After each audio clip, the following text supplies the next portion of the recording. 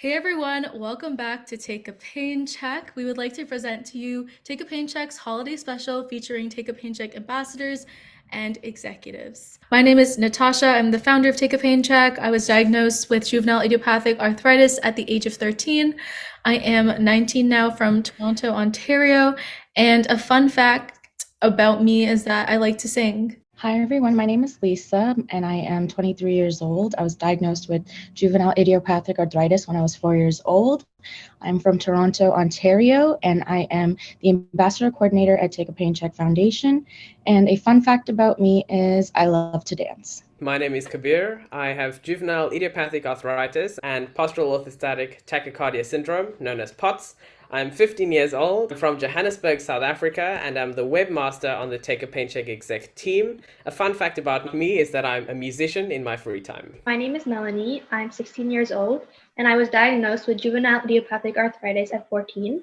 I'm from Mississauga, Ontario, and I'm the ambassador coordinator at Take a Pain Check. A fun fact about me is that I really love reading. Hi, my name is Dearbhail and I'm from Ireland. I'm 15 years old and I was diagnosed with juvenile idiopathic rheumatoid arthritis at 1 year old. I'm an ambassador at Take a Pain Check, and a fun fact about me is that I have 2 cats and a fox. Hello, my name is Johana. I had my first flare when I was 18, but I didn't get diagnosed with ankylosing spondylitis until I was 21 years old. I'm from California. I'm an ambassador for Take a Pain Check. And fun fact about me is that I really like stand-up comedy. Hi everyone, I'm Alexandra.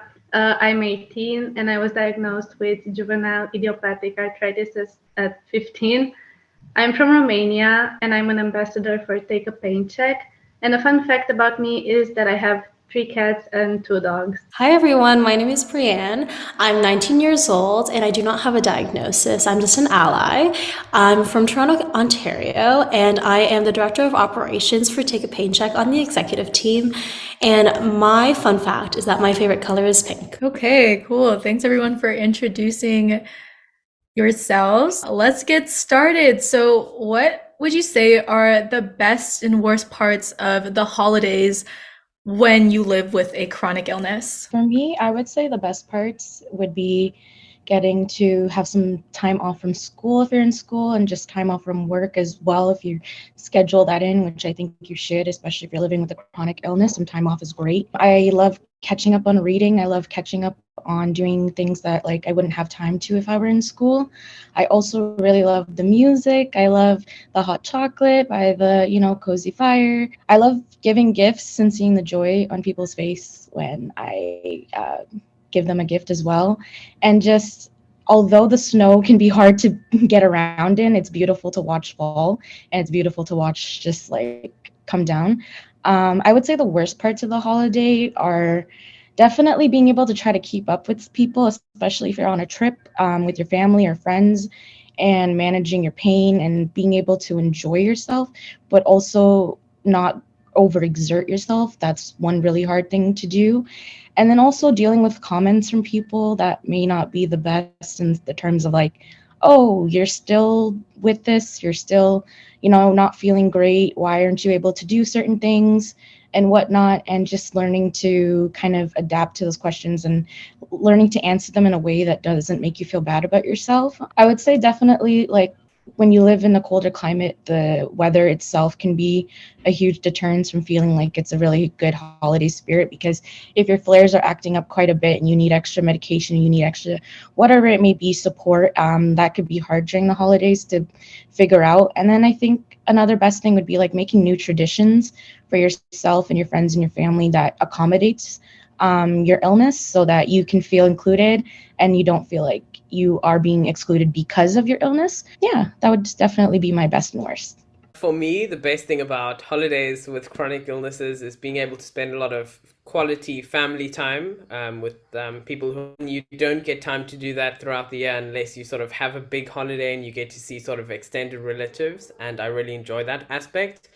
But that favorite aspect can also be the flip side as part of the worst parts about holidays with chronic illnesses, because you are under this pressure to put up with everyone else. And sort of if everyone is participating, it's really hard to sort of fit in, often if you're flaring. and also making doctor's appointments and doing things that might be urgent in holiday times. If something goes wrong with one of your medications or you flare up, can be really challenging. I totally agree with you. I feel like a lot of the times also people ask to do sports that I can't do, for example, like skating, because it's just like a thing that people do during the holidays. And I'm like, my feet are gonna be in so much pain and like I can't. And it's kind of hard to say no, but I think it's so important to learn how to do that. And I think, Lisa, you brought up a really good point that sometimes you just can't do things and you need to take a break or stop. So thank you so much for sharing that. Yeah, I would definitely agree with like the snow part, because I feel like every year during this time, like my family, we don't have snow here, but they actually like want to go to the snow. And one of the groups that I am in school, they're like, oh, we're gonna go ice skating. And I was like, oh, I guess I'm not gonna go, you know? And they're like, oh, you can just use like one of those like things, you know what I mean? And I was like, it's okay, guys. Like if I fall, you know, it wouldn't be good. I think my best part would probably just be like my close family, the presents and all this stuff. And then I have breaks, so I get to go visit my mom for a little bit. But definitely like the family not understanding is like really tough. Also, like the coldness of like really affects like my joints. So I would say that's probably the worst part. So for me, one of the best parts is having time to focus on myself.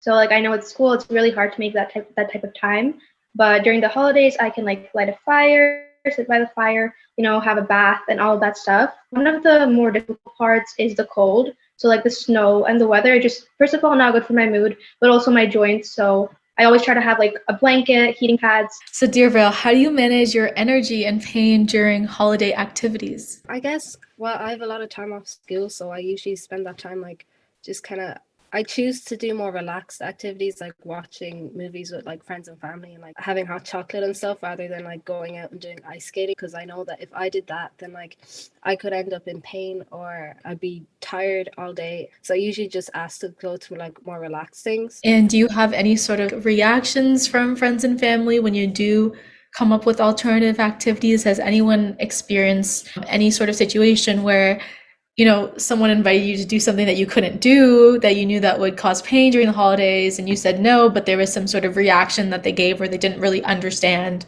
why you were saying that you can't do it? I haven't experienced that because I've had arthritis almost all my life. So everyone around me, like, no, I'm very vocal about it too. So like everyone around me knows that I have this condition and knows that like I can't do everything that they do. So I just surround myself with understanding people, so they're just happy to do whatever, I definitely agree with Dearbhail in the idea of being very vocal about your needs and what accommodations you need, because I was also diagnosed from very young, since I was 4. So even just growing up with my friends that I still have today, they are very understanding, and anytime like we need to hang out or something, and they just want to make sure like if I'm able to drive that day, if not, then they'll drive. Like if I'm not able to go to their place or go out with them, they'll come over and meet me. So I do have very accommodating people in my life, in the sense that, they understand where I'm coming from. They don't think that it's like me trying to be difficult or me trying to give them a hard time. They genuinely get that it's just because I'm not able to do a lot of things. I think that understanding became more apparent after I had my surgery. I had an ankle fusion surgery back in July of 2021, and the limitations that I have in terms of things that I can do, especially like sports wise, and especially winter sports, it's quite significant. So definitely when I get invited to things now for holiday times, people think of things that are like less pressure of walking, less pressure of like on my feet, more activities like Dearbhail said, relaxed activities. If anything, the biggest one would be like maybe going to the Christmas market for a few hours, or even less than that, just to enjoy a little bit. That's something we have in the distillery district in Toronto. So just like planning a lot of activities around how to make sure that you don't end up overexerting yourself and then you can't enjoy anything anymore. What are some self-care pain management tips that you use when it is, colder outside due to the season. I know not everyone lives in a cold weather, but what are some self-care tips that you have during the holiday season if you do live in an area where it's cold? I love to soak in my tub and make sure that I use a lot of really relaxing Epsom salts and just anything else that can help with the relaxation of my muscles and joints. Definitely a lot of heating pads, a heated blanket. I have this little foot massager thing that you can put your foot in and it has heat on it as well. And just basically trying to not overexert myself so I don't have to continuously take too much medication is one thing that I try to do, because I don't want to be having to take too many Tylenols or Advil to kind of get through certain activities. And yeah, just doing a lot of fun things like face masks and hair masks and whatnot to make myself feel good. I'm in a slightly different situation to Lisa because I live in South Africa, so even when we do get winters, it's nowhere near as cold as you all do. But I'm also in a different situation because for me, traditional pain management techniques like medication often don't work for me and I don't see results. And so it leaves you, especially in the holiday season, regardless of the weather, it leaves you in a very vulnerable position because you spend most of that time period in pain trying to put on a brave face for everyone around you, whether or not you overexert yourself, because, daily exercising and daily sort of activities is exertion and it all depends on your thresholds. Heat packs, trying to layer up clothing, and overall really just trying to rest. For me, it's nothing quick. Meditation is something self-care that I've just started. And it is, they promised it would help ease the pain, and it's too soon to tell, but even if it doesn't do that, it's really mindful and sort of allows my head and brain fog to sort of subside and be in a better space, which can help with, being able to do the activities you really love. Yeah, for sure. A lot of people do also tend to go on vacation during the holiday season. So I'm curious to know, what are some tips that you may have if you do go on a trip and, you have arthritis? So how do you kind of manage your arthritis when you travel? I usually just take a lot of painkillers. Now I'm trying to find the one that works best for me because I don't really have many other options. I also use a heating blanket. It does wonders, honestly, but I can only use it when I go to sleep. And heating pads, but they're quite expensive here. So it's a little treat when I'm in really bad pain, to be honest. But yeah, that's about it. I've been going to an inside pool and make sure it's the water's really warm. And then after that, I go into the steam room for a little bit. And then I go into the hot shower. Before that, I make sure that I use my heating pad in the morning and then I do my stretches. Also with family events and stuff, sometimes I go and I just show up 2-3 hours. And I feel at this point, a lot of people, they ask, but they kind of know. So I just kind of try to do what I can and stuff. That's good to hear that you're able to kind of adapt and accommodate yourself when it comes to traveling. Does anyone else have any tips for traveling during the holiday season? Just dress really comfortable while you're traveling, loose fitting clothing. And then of course, if you're traveling in areas that are cold or warmer, adapting to the temperature and what you're wearing is really helpful. And just being mindful of how you need to carry your medication and pack it out and make sure you have extra just in case, and extra of anything else that you take along that helps you cope. That's definitely great. And then maybe just also planning out time for you to relax and have breaks and just rest. Maybe schedule that into the itinerary. If you have a jam-packed kind of vacation going on, just make sure everybody that you're going with is aware of everything and can accommodate those rests and those breaks, and it doesn't feel like you are burdening anyone. Plan ahead of time, I think, is really good when it comes to chronic illness and traveling, just because you never know what's going to happen. During this time of the year, I feel like a lot of people are gift wrapping and going to holiday parties, and you're eating food, and there's just so much happening, right? And that can cause a lot of strain on your joints and your body. So what are some tips that you use in terms of, for example, when you're wrapping gifts, maybe that's painful to your hands, or, you're standing too long at a holiday party and it hurts. And so what are some tips that you would give during this time of the year in terms of some of the activities that everyone kind of does? what I've been doing is that I try to be like more vocal about it. If I'm in pain or I have to go, I just kind of like do my own thing. But if somebody asks, I'll just be really honest and be like, oh, I'm in pain. My main family, they understand, but I have a lot of family members that they don't. I've kind of developed this mindset that I just kind of like do my own thing, and the people that understand, they will, and the people that don't, they're just not going to. So I think it's really important to kind of stand up for yourself and not really feel bad when family member like makes a comment or something like that. Be kind to yourself emotionally and physically, which does go on Johana's point that was just raised, which is that we put ourselves under an awful lot of pressure during any holiday time of year. Sometimes more than when we sort of in school time or doing work, because with school I feel there's a lot of routine. You start to get a sort of predictable feel of how your day is going to look, how it's going to impact your body. And when we sit in the holidays, you wake up and every day is different in its own way.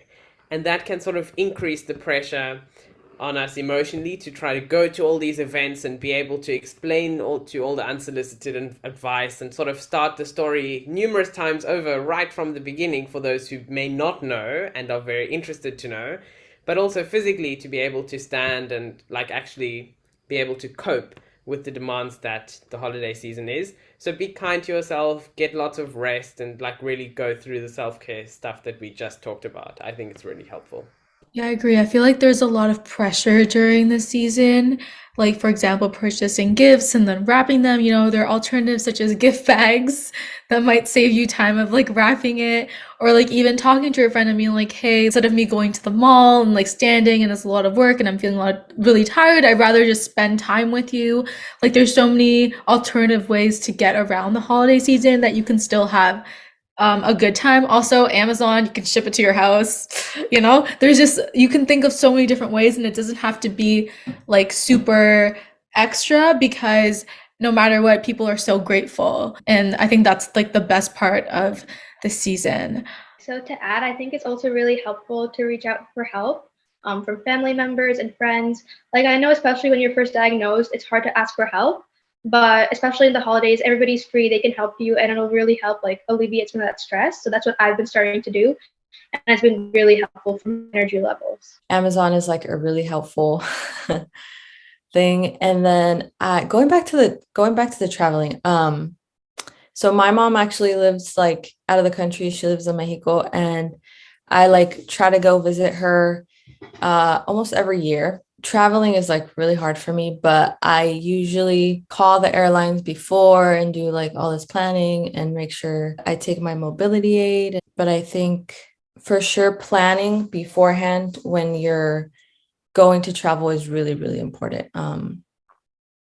Because a lot of the times it's really, really tiring and you have to be prepared. So during the holidays, do most of you spend most of your time resting, or do you want to like catch up on work, catch up on things that you haven't been able to do throughout the year because maybe you're stressed with school and a job? It definitely varies from day to day. I definitely have things that I want to accomplish and do. Like maybe I have a set amount of books that I would love to read that I haven't been able to touch yet. Or there might be something that, I'm working on as a hobby.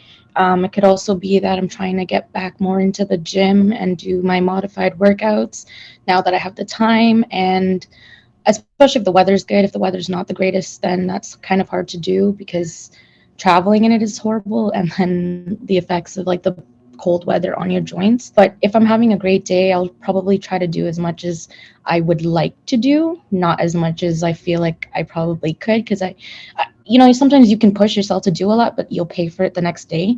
And, that's what we want to avoid, because then the next day is just completely gone because you're just resting for the whole time. But definitely it goes day by day. There'll be a day where I'm like cooking a bunch of things or baking a bunch of things, or it'll be just watching movies and having hot chocolate or reading a book. It varies. Like it'll be like a really jam-packed day, or it'll just be a very chill day at home. It really depends on how I feel. I know that in holiday season, it's sort of peak travel time. So there are people everywhere. And if it's not snowing outside, I'm sure you got to get to places.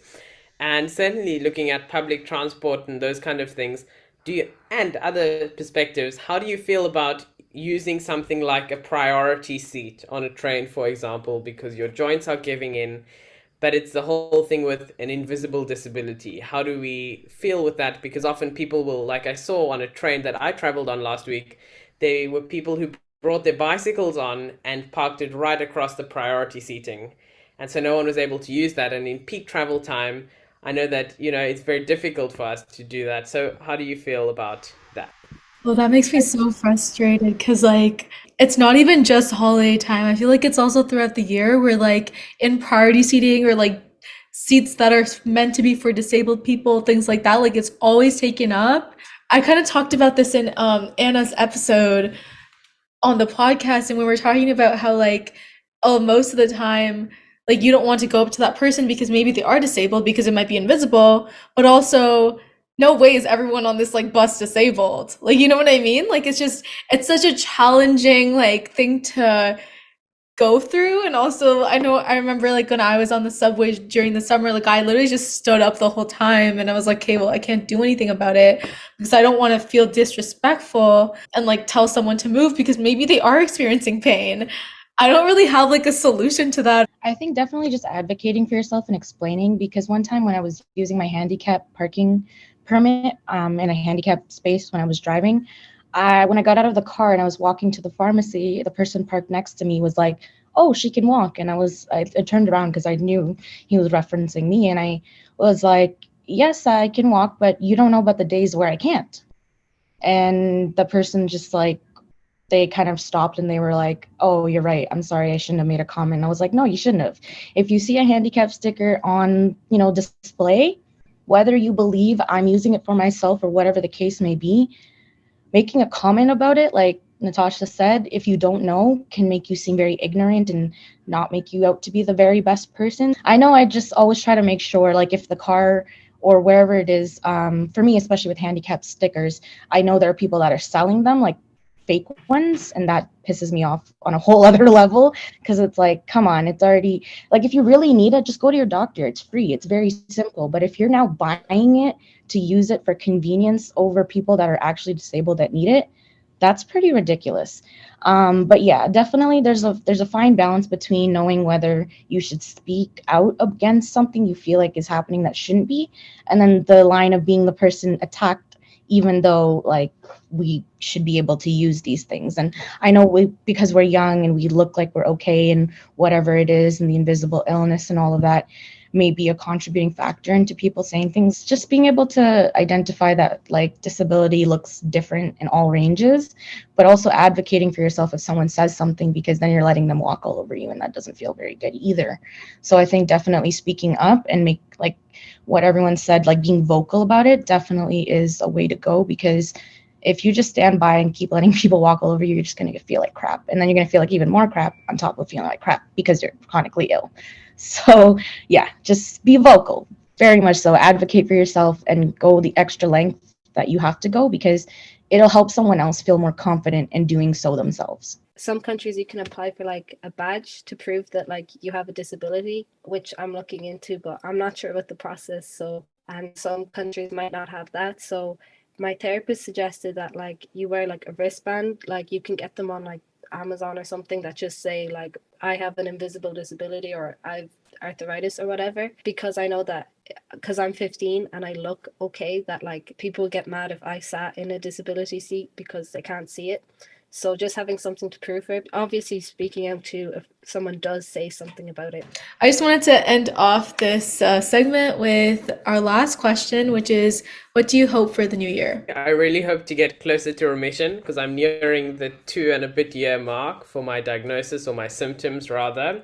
And I've been on so many different meds, including new biologics, and they're not quite working, or they start to work and they stop working.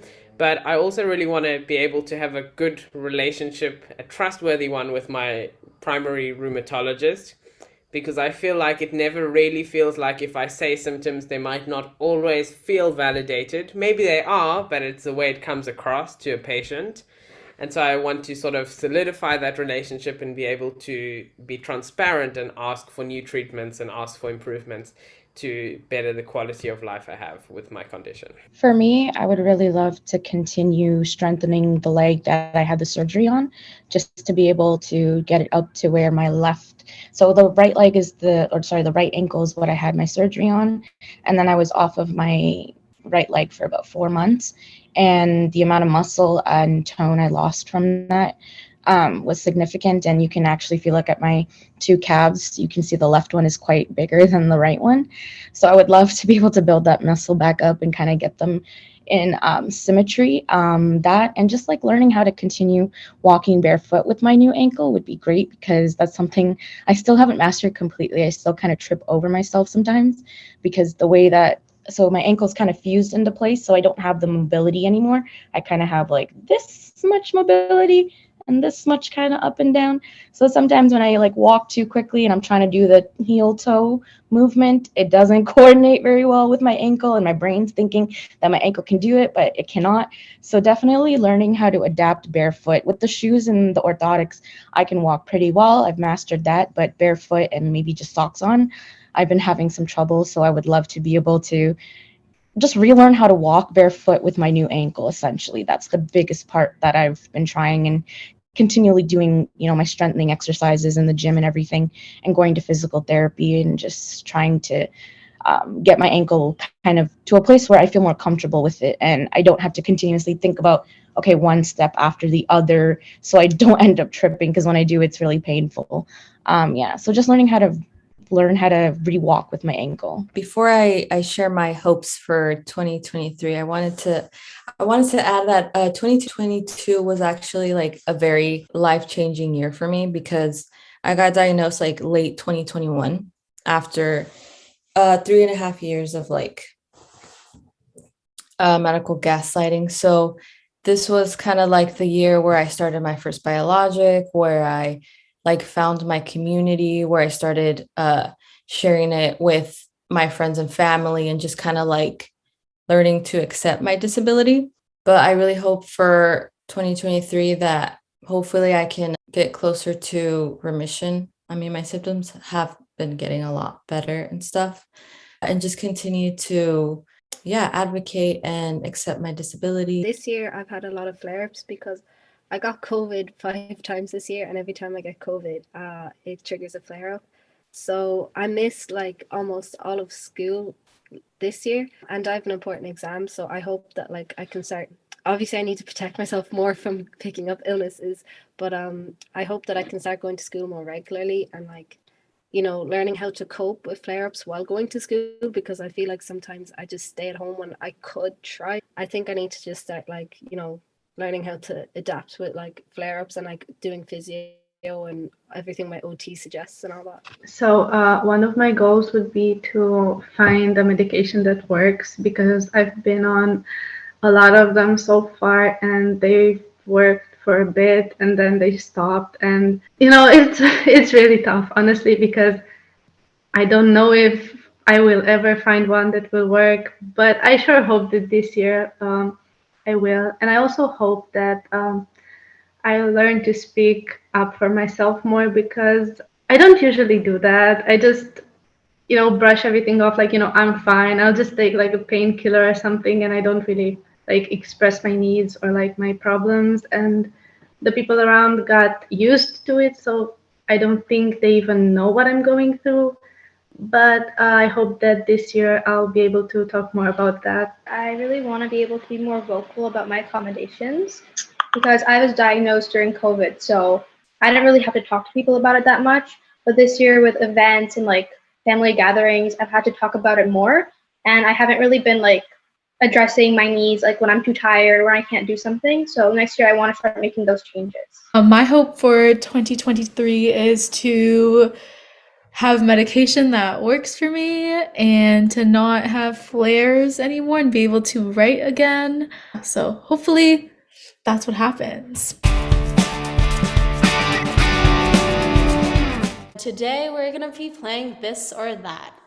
So, very simple. The instructions are the fact that I'll give you 2 options, and you're just gonna tell me which one you prefer. Okay, so for our first question, this or that with temperature therapy, would you prefer an ice pack or a heat pack? I would prefer a heat pack, even though I feel like ice pack is probably more beneficial. Heat pack just feels better. Heat pack for me all the way. Ice is just too cold. I would definitely say heat pack just because it feels better. The coldness just feels like, oh, it just like puts this like a shiver up my spine. Yeah, heat pack as well. It's definitely more comfortable. I would say heat pack right now, but it also depends like on the joint because I have AS and like for my spine, trying to get used to the heat pack, but it's a little tough on the spine.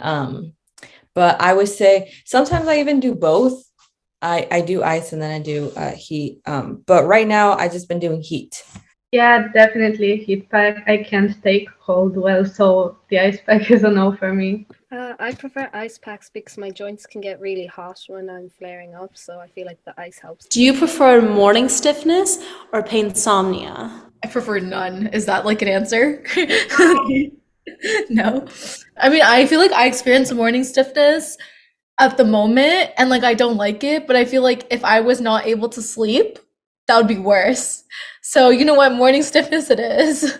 Morning stiffness, insomnia, like if you're running on no sleep, it just makes everything 10 times worse. I would say morning stiffness because I've kind of gotten a routine that works to combat that.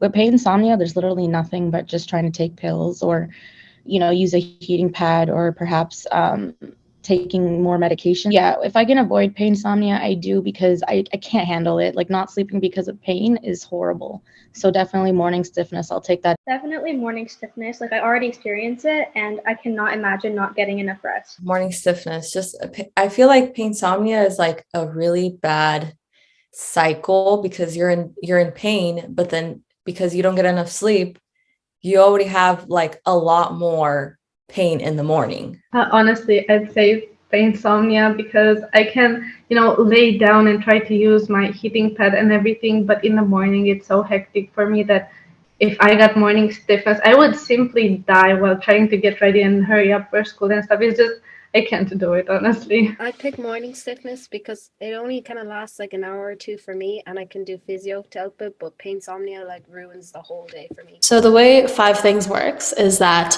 there's a word going to appear on screen. You have 5 seconds to say, oh no, let's do 10 seconds. 10 seconds to say 5 things about this one topic, and I'll get out my timer. Okay, Natasha, you can go first.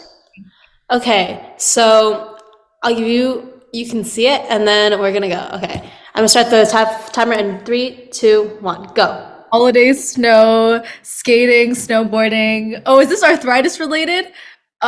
Heat pad. Okay, wonderful. Okay, next, Kabir. 1, 2, 3, go. Pain, fatigue, frustration, irritation, struggle. Wonderful. Seriously? It's not. You just use synonyms. I don't think that is very. Lisa, 1, 2, 3, go. Good times, hard times, emotional times, brother, sister. How is this allowed? Next, Melanie, go. Holidays, family, cooking, relaxing, movies. Is that 5? Yeah. Next, Johana, go. Accommodations, school, parking, standing up for yourself. Second, 3, 2, 1. Doing your sorry guys. Next is Alexandra, I think. 3, 2, 1, go. Sleep, pain, homework, studying, reading. How many? Okay. And Dearbhail, go. Stiffness, sore, Seconds. heat pad. 2, 1. Thank you so much, everyone, for sharing your stories and your experience on how to cope with your chronic illness during the holiday season, as well as your hopes for 2023. Take a Pain Check is a nonprofit organization led by youth aimed to support and empower youth and young adults living with chronic illnesses. We use the power of connection and social media to form a community by and for young patients.